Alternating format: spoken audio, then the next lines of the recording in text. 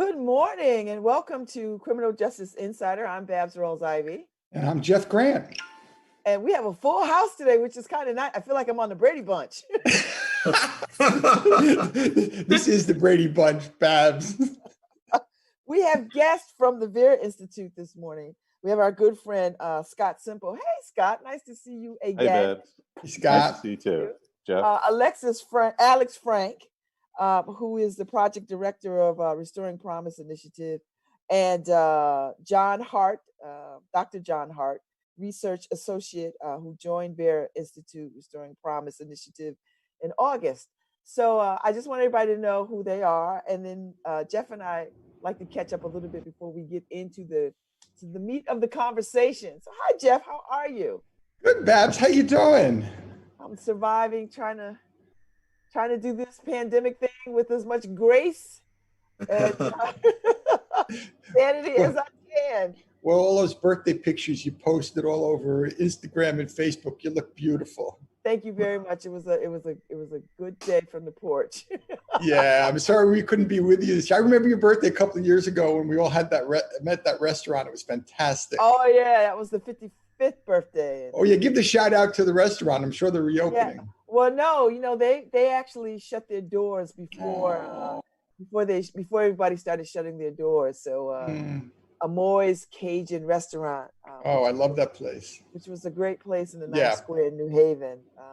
Cajun soul food, and so it was a great place. So shout out to Lynn Springer. How is she? Good. Lynn's doing great. She's downstairs doing a yoga class right now. And I guess you haven't seen Andrew for a while, have you? No, I saw him. He came. He was over for my birthday, and then we had dinner the other night virtually. I put my food in front of me. He put his food in front of him, and we ate and talked. So before we launch into our guests, I got to tell you that I've gotten so much reaction to that show we did when I was on your show talking about SBA loans and the whole crisis that's emerging with the people who may or may not get prosecuted for fraud. And so I've got there's an article out on entrepreneur.com right now that I wrote, and people are just coming in droves because there's so many questions. And how often does the government spend trillions of dollars and people don't really understand how to use the money, or should they accept the money? So I'm just putting a pitch out there if anybody wants to talk about it. And because I did go to prison for SBA loan fraud a long time ago. So anyone wants to reach out, just look into the show notes here and you can reach out to me, and I'm happy to talk to you, or on Facebook or wherever. Well, thank you. Yep.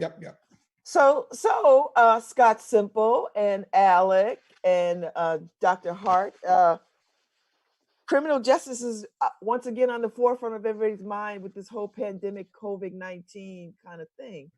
Tell us what is the goal and the mission of the Vera Institute, and why do you all exist? Yeah, and specifically your program, Restoring Promise. Alex, you want to take it for a minute here because you seem to be the expert on that.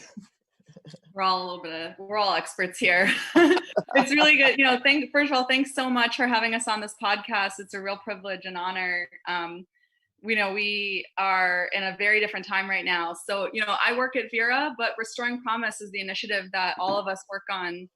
And Restoring Promise is actually a partnership between the Vera Institute of Justice and an organization called MILPA that's based in Salinas, California. And their organization is founded and run by people who are formerly incarcerated, and they're a really important part of our equation. Unfortunately, the 9 a.m. time difference leaves them at 6 a.m. So unfortunately, they can't be here today. So you got us. But Restoring Promise, we work with departments of correction all over the country to disrupt the prison system, and we are rooted in values of restorative justice, of cultural healing, of racial equity, and of community and family partnership. We're really also, think about the social historical context of which, we're now entering and living in a very different social context today than we ever have. And this initiative, we started this after a trip to Germany where we met, where Scott joined Vera. It was before I joined Vera, actually. And during that trip and other trips, we visit former concentration camps and learn about the history of Germany and how Germany reimagined their justice system in the wake of the Holocaust, and how we can apply that same lesson to the US system, where we need to learn about our history of colonialism and genocide and slavery and apply that to our history. And for me, you know, I came into this work and I go to Germany as a Jewish person, as a white person, walking through that country, and I see the history of my people reflected everywhere I go. And so it was a real humbling experience to think about how that lives in the US, and now how we think about COVID-19 and the social context today, and sort of the history that's attached to how we're going to be navigating today's work. And so, you know, I'll throw it to John and Scott to fill in, because we all sort of braid and blend different perspectives and personalities into all this. All right. What do you guys go? Well, I'll go. I appreciate your question, Babz. Kind of like what Alex was mentioning, I think how I got here is always, you know, important. You know, for Restoring Promise, we bring our full self into the work, and it wouldn't exist if we didn't acknowledge that.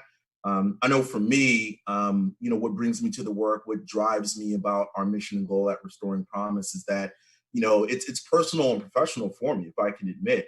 For me, it's understanding my history, you know, that brings me to the work, you know, acknowledging that, you know, my ancestors like have been locked up, having family and friends who've been locked up, and people who I don't know who look like me being locked up, you know, like that's a huge drive for me. You know, I position myself not just around the work, but even as a researcher, to acknowledging that although I do come with privilege, you know, with all the degrees that I have, you know, I'm always fearful that the odds are still against me, that, you know, this country still struggles with race and gender, and at least with how I look, you know, it doesn't always protect me or lessen my odds of being trapped in the criminal justice system. And so I've thought about that as a young kid growing up. And now that I'm a full-fledged adult, and I think about one day having kids, you know, with my wife, and understanding that having to raise them in this world where we are slow to love, but quick to incarcerate, you know, keeps me up at night. But it gives me that burning desire to do something about it.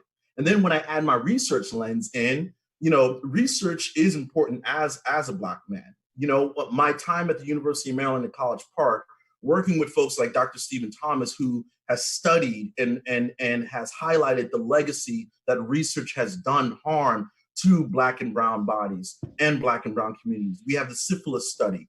And to also be groomed in this notion from, you know, other great national scholars like Dr. Mia Smith-Bynum and Dr. Kevin Roy, who've taught me a very brutal lesson about traditional scholarship, that there are underlying tones of racism, stereotypes, and misleading assumptions that has caused harm to Black and brown people, their families, and their communities.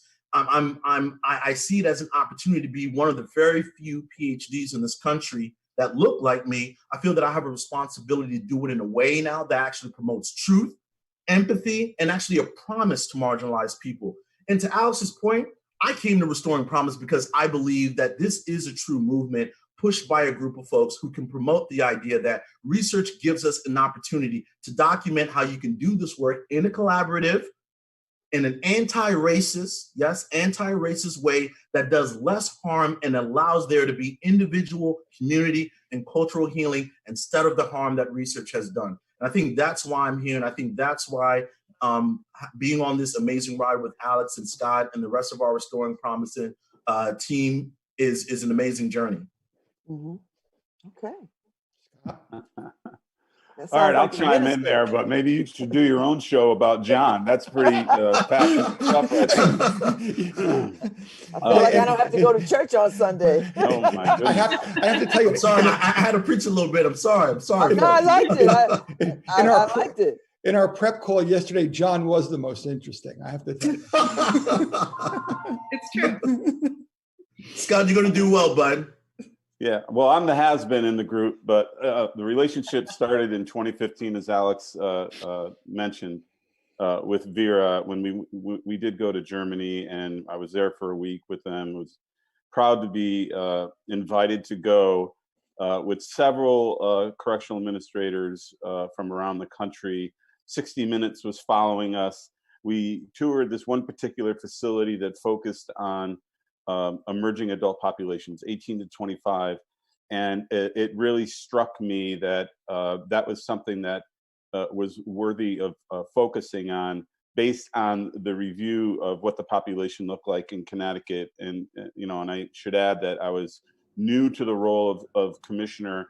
I started to look into the concept of neuroscience and brain development, and really was quite perplexed with the data that was out there, especially as it pertained to prison environments. But I wanted to do something, and I asked Vera to collaborate with me and work with the agency to create what ultimately became the True and Worth units here in Connecticut, and was recognized as a national model.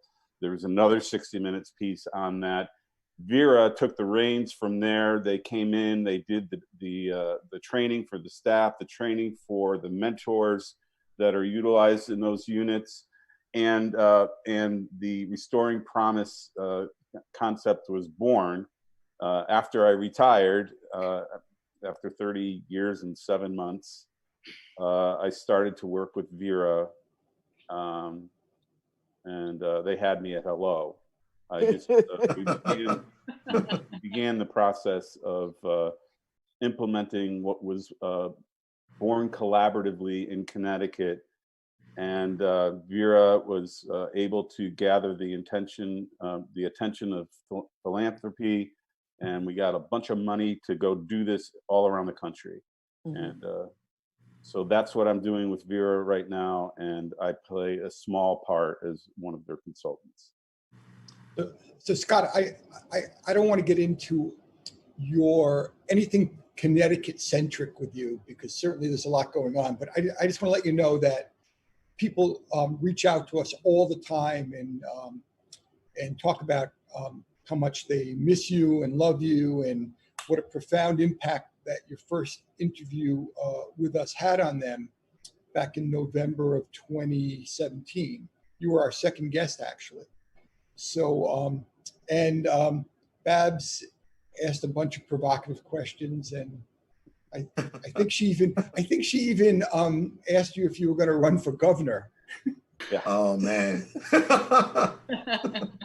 You did, Babz, and it got a lot of attention. I got a lot of people contacting and people were like, yeah. I was like, I don't think he'll talk to me after this, but well, if I had a guy like Dr. John at my side, maybe I'd consider that. Scott, don't create any buzz on my end either, please. I don't want my phone and emails going off this Friday. The Semple for Governor movement's back on. No. Oh my gosh. He's like, I'm never coming on this show again. So talk to me a little bit about, we are in the midst of this pandemic, and COVID-19 seems to be racing through American prison systems, like racing through. And there seems to be this ridiculous narrative of people feeling like, well, if they weren't in prison, this wouldn't happen to them. That somehow or other, them being in prison, whatever the sentence is, you deserve whatever is given to you above and beyond your serving your time. And that seems to be the narrative with prison anyway, regardless of COVID-19 or not. How do you work against this belief of people feeling like whatever happens to you in prison, you deserve because you're there? Yeah. John, you want to kick us off? Sure. I think it's important that we really try to ground ourselves around the idea of humanism, right? I understand we have a historical perspective of law and order, but as I had mentioned before, we need to be a little bit more understanding and have some empathy. when we look at a pandemic, right? Alex and I joked before that even before COVID-19, there was a pandemic that was happening, and it's called mass incarceration, right? That we are now like in this position where we have an intersection of public health and a pandemic, but it's not always been COVID-19. There has been this public health intersection of mass incarceration and public health. And for our audience members and their loved ones, we also need to understand that, you know, when it's all said and done, these are human beings. There is a human component within the criminal justice system. And so, for example, for us at Restoring Promise, we understand that when it's all said and done, 10 of the 15 biggest sources of COVID-19 are prisons and jails, okay? And it's technically impacting all of us, right? So 1 in 2 people have a family member who has been incarcerated. So when you wrap your head around the systemic nature of, well, they deserve what they get, I think you'd be fairly surprised if you were to ask a loved one, a colleague, a friend, hey, do you know someone who's incarcerated, or do you have a friend or someone distant to you who is incarcerated? We need to be able to kind of wrap our heads around the notion that this is a systemic problem. We should technically care. But before I pass it over to Alex, I also think that because we are in an actual health pandemic crisis, this is where our work in Restoring Promise becomes even more important. Conditions work, which is one of our primary vehicles of really addressing mass incarceration. And Scott will speak to this a little bit later about decarceration. We know that at the end of the day, a prison sentence can always be life or death. It can. I mean, like, let's call it for what it is. And we now know from research that other people have done that young people are likely to die compared to other groups, not just because of violence, but because of health outcomes, folks. Think about if you were in a position where there was so much noise, there was a lack of safety, where you're watching over your back all the time, and there was even something basic like a lack of fresh air, right? That's already have been a concern before COVID-19, folks. But when we add on top of that a macro level disaster like COVID-19, this is where the public health concern becomes even more acute, meaning these young bodies, these young souls don't have access to nutritional food. They don't have the freedom to keep themselves safe and healthy. And why should you care? Well, it hurts, right? Because every single one of us has gone through what's called the transition to adulthood. And I know I've made some mistakes. And I know everyone on here has made some mistakes too. But I think here's an opportunity, because we are, as a country, in this pandemic, we need to be able to revise the way we think. And we need to be led by human dignity, so that way we can answer these questions in a better, healthy, and a systemic way. And I want to pass it to Alex, who can speak on that with other aspects of what we're doing. Yeah, Babz, this is a really important question. And it's something that Restoring Promise spent a lot of time thinking about. How do we change the narrative about the people who live and work in prison? And I think COVID-19 has brought the conversation into living room and dinner table conversations across the country in a very different way. Because the fact is, we're on a collision course where mass incarceration and a global pandemic are meeting. And it's totally changed the way that we talk about public safety and public health, and a reckoning with the idea that there is no public safety without public health. And that starts at the place where the problems that plague the justice system accumulate to its highest point inside our prisons and jails. And John's point of like 1 in 2 Americans has a loved one who's been incarcerated, that's real. And we have to bring some dignity to that. We have to bring some light to that. The whole notion of a measure of society can be found by entering its prisons, that's now true more than ever. And I think people are finally creating some consciousness around that, and the idea that we are closely interconnected, we are a web. That's a critical point to make.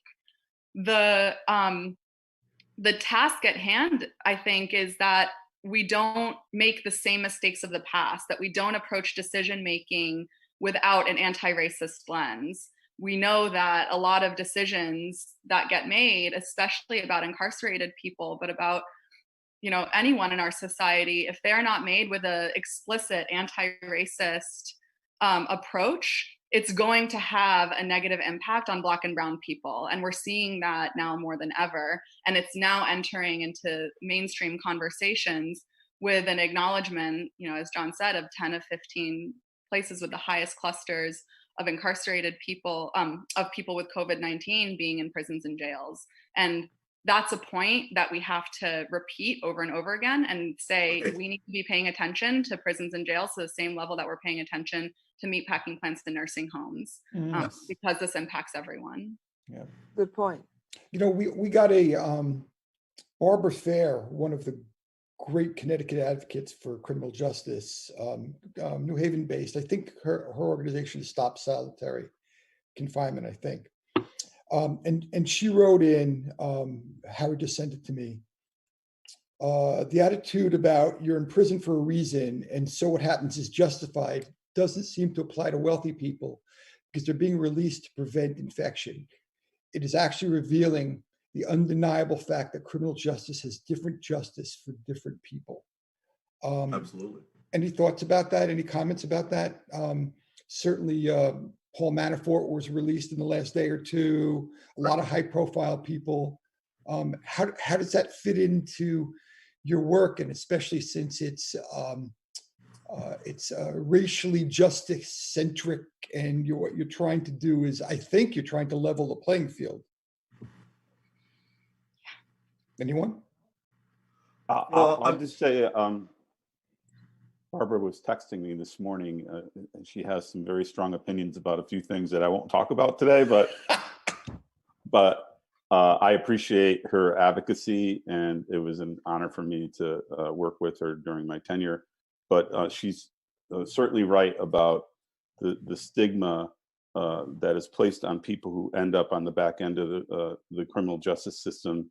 And then coupled with that stigma, it extends into their life post-incarceration, which is rather unfair, to be totally honest. And as a society, if we forgive and forget, then why don't we forgive and forget? Because that's not the reality. And if you happen to come from a lower scale socioeconomic status and a person of color, it's even tougher.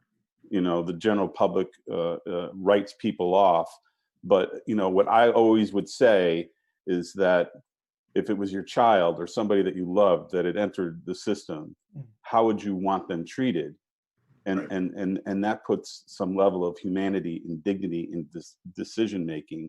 And I always would emphasize that to the staff that I had the privilege to work with during my tenure, to make it personal, to try to influence some passion in the work that you do, not just to incapacitate people, but to actually correct people, to work with them, to get them on a path to success, for their overall wellness, and coupled with that, the benefit that it can also have to their families.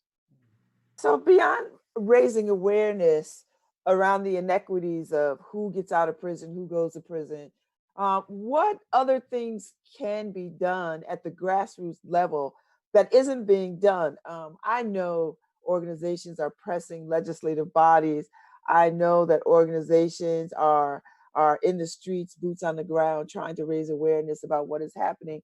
I also know that the prison system is the largest provider of mental health services in the country, which is, in and of itself is a little crazy. And now you throw COVID-19 into the mix, which is not incarcerated specific. The people that work in the prisons are at risk, as well as the folks who are serving their time. The disease cannot cannot determine who is incarcerated and who is doing the guarding of the incarcerated. So what should we be doing as a society, as a community, to move forward to sort of bring the level of humanity that I think is lacking in these conversations and in these decision-making processes around how I just was undone seeing Manafort walk out of prison because of a COVID fear. There's people who have served, who were sentenced for less crimes with more time and are not going to have that privilege. Well, I think even on top of that, there's Manafort, but Babz, to your point, I also get really upset and concerned. And at Restoring Promise, we talk about this almost every day. There are even folks who are currently incarcerated with health issues that are either chronic or debilitating, and there's no conversations around that, right? Like when we think about policies around decarceration, and I don't mean to sound like a broken record, but that is technically where human dignity and racial equity and all these things that we stand for have to be at the forefront. Because how is Paul Manafort walking out, and he's walking out and he's skipping out and he's whistling and he's having a good time and he's high-fiving, but at the same time, there are people who are currently incarcerated who are struggling with high blood pressure, diabetes.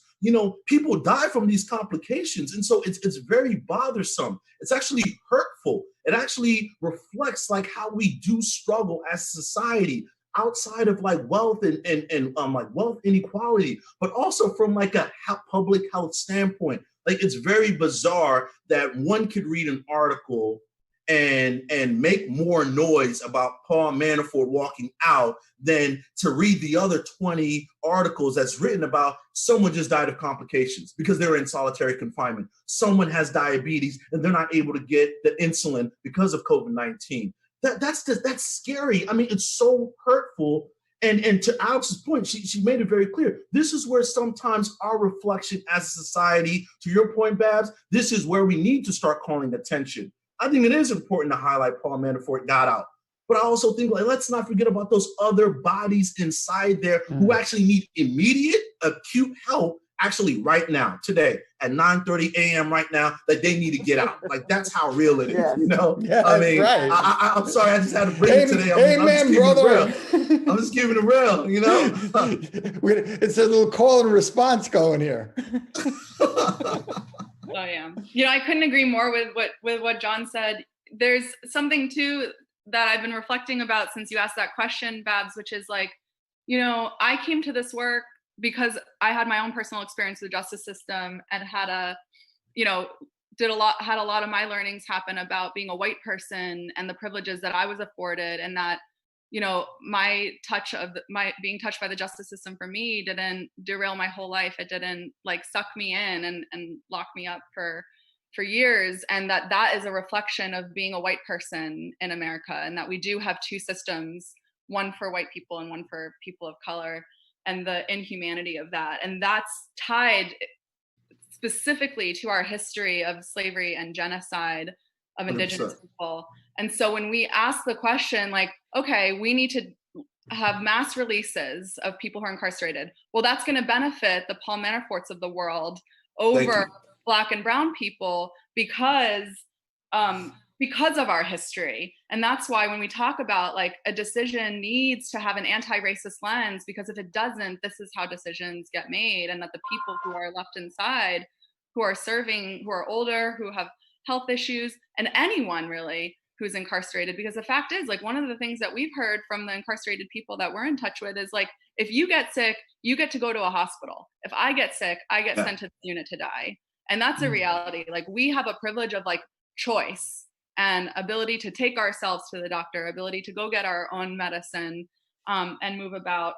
That's not true for incarcerated people who are stuck inside, or maybe in a double bunk cell, or maybe in a open dorm setting with 300 people in there with them. And so when we talk about like where we're at and where we need to go, we also need to talk about collective healing, right? And that so much of why we're in the place where we're at is attached to our history. And it's also attached to a truth-telling and reconciliation process that hasn't happened, that we haven't internalized and metabolized. And so when we talk about the relationship between public safety and public health in this particular context, we're also talking about that healing and what, really unpacking the relationship between ancestral and cultural healing, which is something MILPA has really helped us to broaden our thinking and deepen our path around.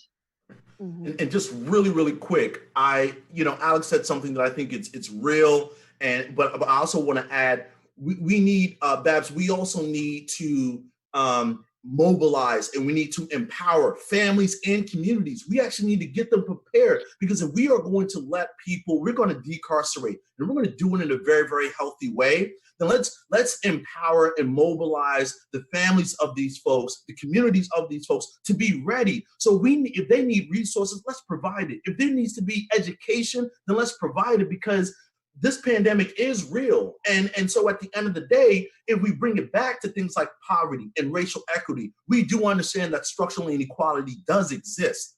And so because it exists, it doesn't stop during COVID-19. So what we need to do is, because it is a huge important value to Restoring Promise, family and community partnership has to go hand in hand throughout COVID-19. And so we need, whether it's, state, local, whoever, they need to start preparing these families and communities to be ready for these folks when they come home. So that way we continue to grow and actually defeat this COVID-19 as a whole society, and not just in parts and kind of silos, because that hasn't gotten us anywhere for the last, 400 or 500 years. What struck me in our prep call yesterday was how you were describing Restoring Promise, and it's kind of on the intersection of research and program and advocacy. Mm-hmm. And so you're not just out there banging a drum trying to promote a change that some funder is paying for, but you're actually trying to get the data, and you're trying to and you have specific benchmarks that you're trying to reach. So why don't you tell us about where you've gone since the True and the Worth units in Connecticut? And I know you're spreading out all over the country. And what does that look like? And how are people, how are they responding to your message? Because you're on the cutting edge of all of this. Yeah, so I can kick it off and you guys fill in. So, once we were working with Connecticut, we got outreach from Middlesex County Jail in Massachusetts, and they were curious. They were like, "Oh, that True Unit thing, that seems like that's a good idea." And so we worked with them. We started, working with them to establish what's now known as the PACT Unit. And then we decided, let's put out a request for letters of interest and see who's interested. And we, at that time, got 8 applications from state agencies, and through that process started working with the South Carolina Department of Corrections. And then about a year or so after that, we put out another call to say, are people still interested in this? And we got 13 applications that time around, and we selected Idaho Department of Corrections, Colorado, and North Dakota.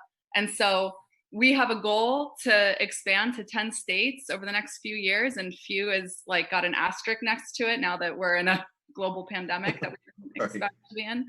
And our whole work, while our work is very much place-based and through partnerships with Department of Corrections and agencies across the country, we are thinking about this as a national movement, and the idea that if you change one place, you change one place. But what we're trying to do is establish a chorus and a network of places that want to do radical, innovative things to address the culture and climate in prisons. And really, this is addressing the root causes and consequences of mass incarceration and how it manifests in prisons and jails, having conversations about the history of the prison system and how we disrupt how we do things every day so that we can do something different overall. So we do that through, working with DOCs across the country.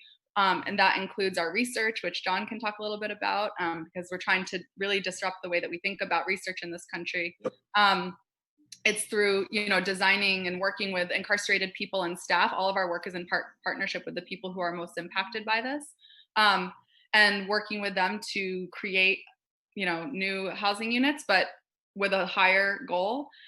It's through global exchanges. So we do, obviously that's on hold right now, visiting Germany and Norway. And like I said, that's been really important to root in the social historical context. It is so acute in Germany. They rewrote their constitution after the Holocaust and put Article 1 is the human dignity clause, where all people are to be treated with human dignity. And then they put in place a set of laws and policies on the local level to make sure that that was a protected constitutional right for incarcerated people as well. We didn't do that in this country. And so we're seeing how lessons learned there can be applied here. And then through our communications work and trying to change the narrative about the people who live and work in prison, always asking ourselves the question, could we imagine a world without prisons? So Alex, does it change the narrative and scope depending on if it's a for-profit prison or a state prison or a federal prison? Like, is there a difference in that? Is it easier, worse, better? What has the relationship been like because we hear a lot about for-profit prisons and the carte blanche way in which they provide whatever they consider services, and cities and towns or states sort of sign off on allowing for whatever that looks like to move forward. So what have you seen in deference to that? Yeah, so I'll say Restoring Promise, we work with state prison systems. We don't work in private facilities, and I think we all have a belief that we shouldn't profit off the backs of people who are incarcerated. And so our mission is really, thinking about, and we actually have been working with a nonprofit architecture firm, Mass Design, that's challenged our thinking about the notion that prisons are public spaces. And therefore, we should have more public accountability of what happens inside of them. And so thinking about that public accountability and what do we as the general public want out of our system. And so that tension is real, and we think about that a lot, and come back to the notion of like, we should not be profiting in this way. And we should be reducing the footprint of mass incarceration as much as humanly possible, while also addressing the way that it's manifesting in prisons and jails. But I'm curious about John and Scott's reflections about that question too. I'm fundamentally opposed to the use of private enterprise to run prisons. To Alex's point, I don't think that that's how society should respond to how justice is applied.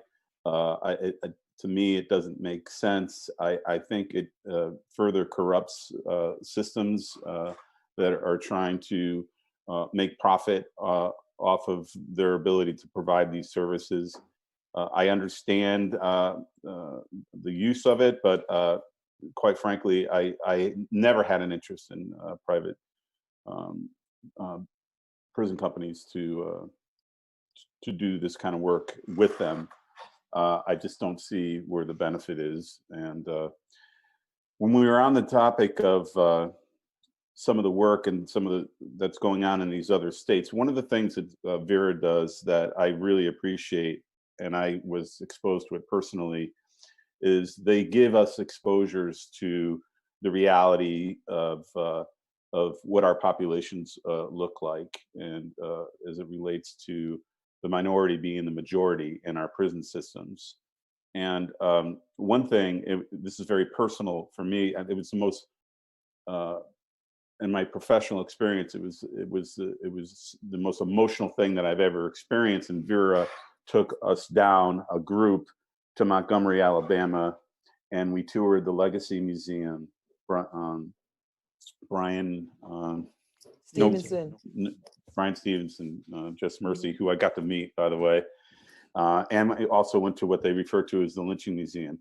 Everything that I learned as a child about slavery was false. It was and I never was able to connect. There was a correlation between mass incarceration and slavery until I left that museum. And it was a very, very compelling illustration of how we got to where we are. And and I think we're in a decent place right now in terms of responding to it, but I think there's still more to do. And as it reflects to this pandemic, it shouldn't be a pandemic that makes us pay attention to this in this relationship. We should be way ahead of it. And it's not just about the back end of the criminal justice system. It is the criminal justice system in its entirety. So from the front end to the point where people are moved forward and should be healed and accepted by society.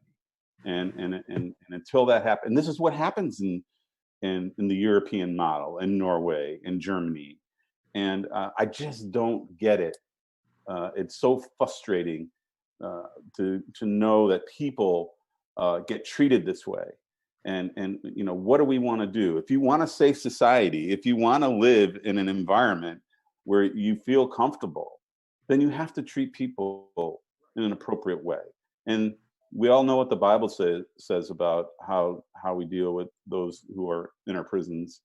But I mean, the humanity of this is really the point. I mean, it's just about being good to people and moving them forward in their lives and being responsive to their needs.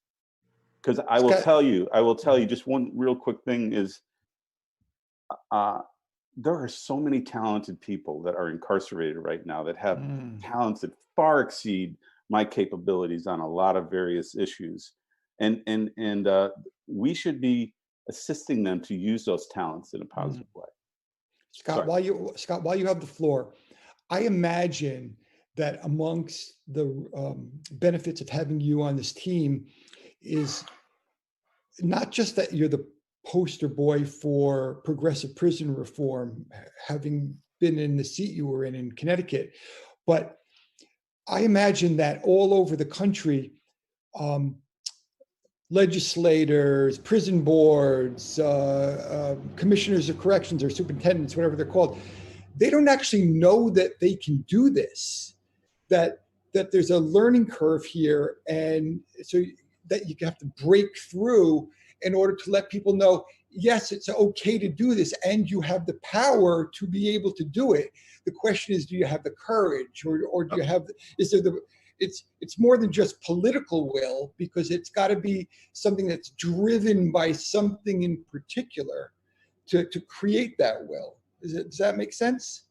Yeah, there's plenty of commissioners, secretaries, and directors out there who would love to do some of the things that I was privileged to be involved in doing. And by the way, the stuff that we did, I helped to influence. I don't own this. It belongs to the front line. That's how you embed things into culture. You've heard me say that before, but they're the ones that do the work. The people who are working in our prisons and that we're relying on to make an impact, to actually follow through. But to your point, Jeff, is I was very fortunate. I was a spoiled director, right? I had a governor who got it, Governor Malloy, and I had a partner, Mike Lawler, and the three of us were able to. It was a dream team, right? We were able to do some things, but none of this, and this is what happens in other jurisdictions, gets done unless you got the governor or the highest elected official supporting what you want to do, and I had the advantage of that. So there are, like I said, there are plenty of people who did what I do, or did what I did, or was exposed to, or experimented with, but can't do it because they have someone that's not interested. So before we go, because go ahead, Dr. Hart. No, I just really just quickly to piggyback off of something like Scott said.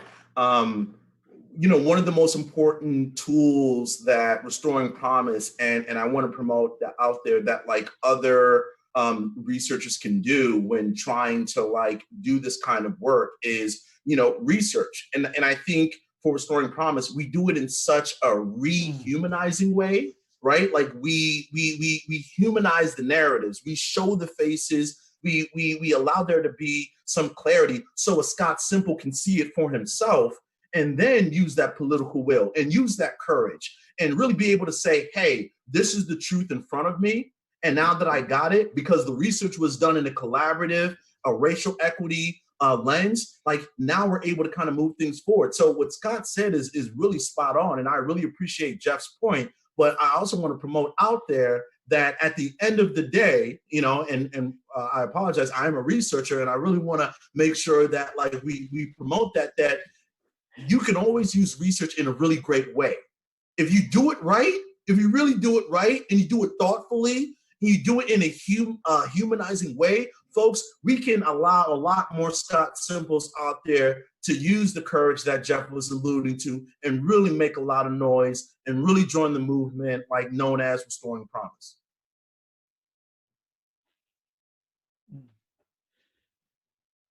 I was going to ask, Babz, we you were got heading like a us into couple of minutes left. I was going to ask, and Dr. Hart took us to the promised land. I appreciate that. As we leave this discussion, and there'll be more discussions to be had.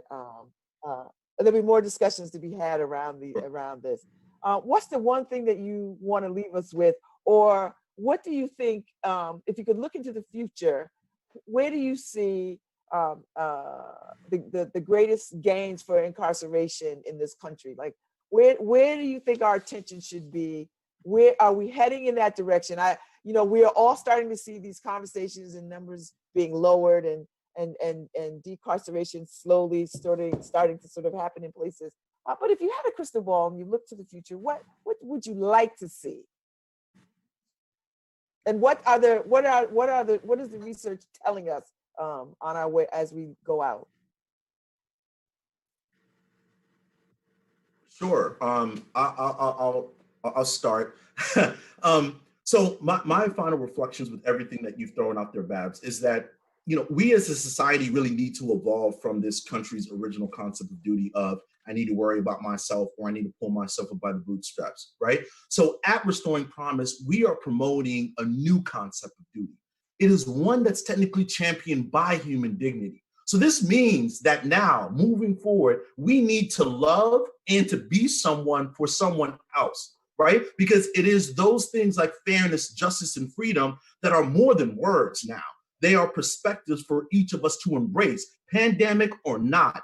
And the way we get there is via commitment to racial equity, to restorative justice, to cultural healing, and to family and community and partnerships. And so if you see what we at Restoring Promise are doing from a program level, from a research level, and from like a global exchange level, if you feel as we're feeling, things that you've heard today, and if you're seeking some kind of change that we are also seeking as well, then I am asking our audience and I'm asking their loved ones to stand beside us and to actually demand and require accountability to public spaces like jails and prisons. Folks, get in touch with your legislators, the governors, prosecutors, and judges, because yes, they are elected, okay? And let's demand that human dignity be the primary vehicle to any policy revolving around managing public safety, decarceration, and reentry. So if you were to ask me, folks, read up, get in contact with the public office, blow their lines up. We feel that everyone here has a lot to contribute. And I think as long as you center yourself, like Alex said, you center yourself around your positionality, race, privilege, and all that stuff, it will open up your heart to really have that empathy and courage that Jeff was alluding to really start making some small changes. Because at Restoring Promise, we can't do it by ourselves. We need way more Scott Semples out there. And I'm really asking people to really push themselves and really come from a place of love and empathy, and also like this notion of human dignity. And I think we can get a lot accomplished. So I'm going to leave the pulpit and let it be for now. Alex, what are your closing reflections? John said it all. John said it all really well. I think for me, I just think about the day where we are walking around this country and seeing closed prisons as a place that once was, and where, John talked about the path, and I think like it's all in service to this notion of like, imagine a world without prisons, and imagine a world where we're learning about mass incarceration in the prison system as something that we got out of, that we ended. And every step that we take, every decision that gets made, the movement for more public accountability of prisons and of these spaces, the more like sort of anti-racist decision-making and processing and restorative justice and healing that we can do as a culture and as a society will take us closer to that place. And, often think about, I like to channel science fiction writer Octavia Butler and how she thinks about, writing ourselves into the future and thinking about a world, that doesn't yet exist, but organizing is science fiction, and how that's the channeling that we try to do at Restoring Promise about our future, getting into the science fiction realm.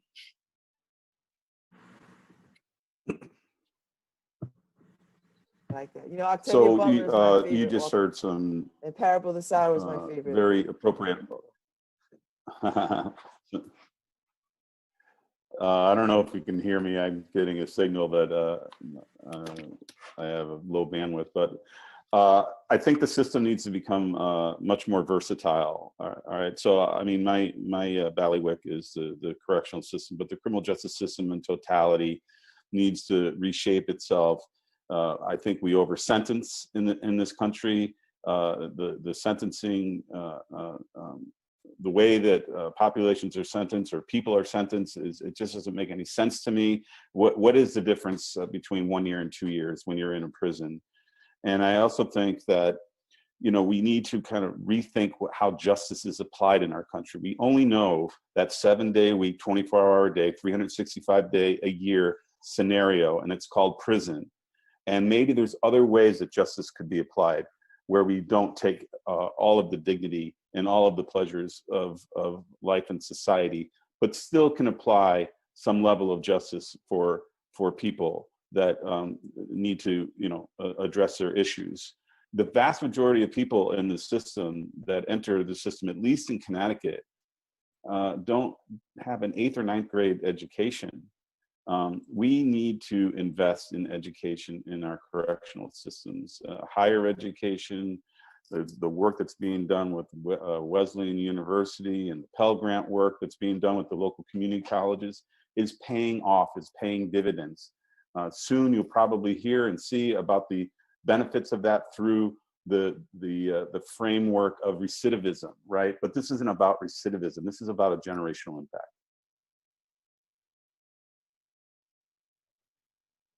Yep. Thank you so much for your time and conversation. This was really thoughtful. I really Alex, enjoyed why this don't you give us your contact information, how people can find you, and if they have questions, and email addresses and things like that. Yeah. So, you know, Vera emails are really easy. It's your first initial last name at vera.org. So afrank@vera.org, jhart@vera.org. And you can go to our website and learn more. And you can also get check out MILPA and check out their website. Yeah, check out MILPA's, folks. Yeah. Yeah, they're amazing. And Scott, I don't know your email off the top of my head. As simple at Vera. No. No, I'm their consultant. They just kick me around all day. That's what they do. Hey, I want my Vera email. Where's my Vera email? Vera emails for everybody. Yeah, Well, Vera emails all around. It's the next Gmail. Yeah. Thank you guys for coming on. This was great. Thank you so much for having us. Thank you guys for having us. Definitely. Wonderful. Jeff Grant, another one for the ages. This was a good show. Yep. Soon say hello to Lynn. Yep. And to Andrew, please. And thank you to the Community Foundation for Greater New Haven for sponsoring this show. And Harry Draws for producing engineering. Thank you, Harry. All right. Have a good weekend. You too. Love you, Babz. Thanks, Jeff. Thanks, everyone. Stay Take care, together, everybody. Stay connected. All right. Love you, Babz. Harry, we're out.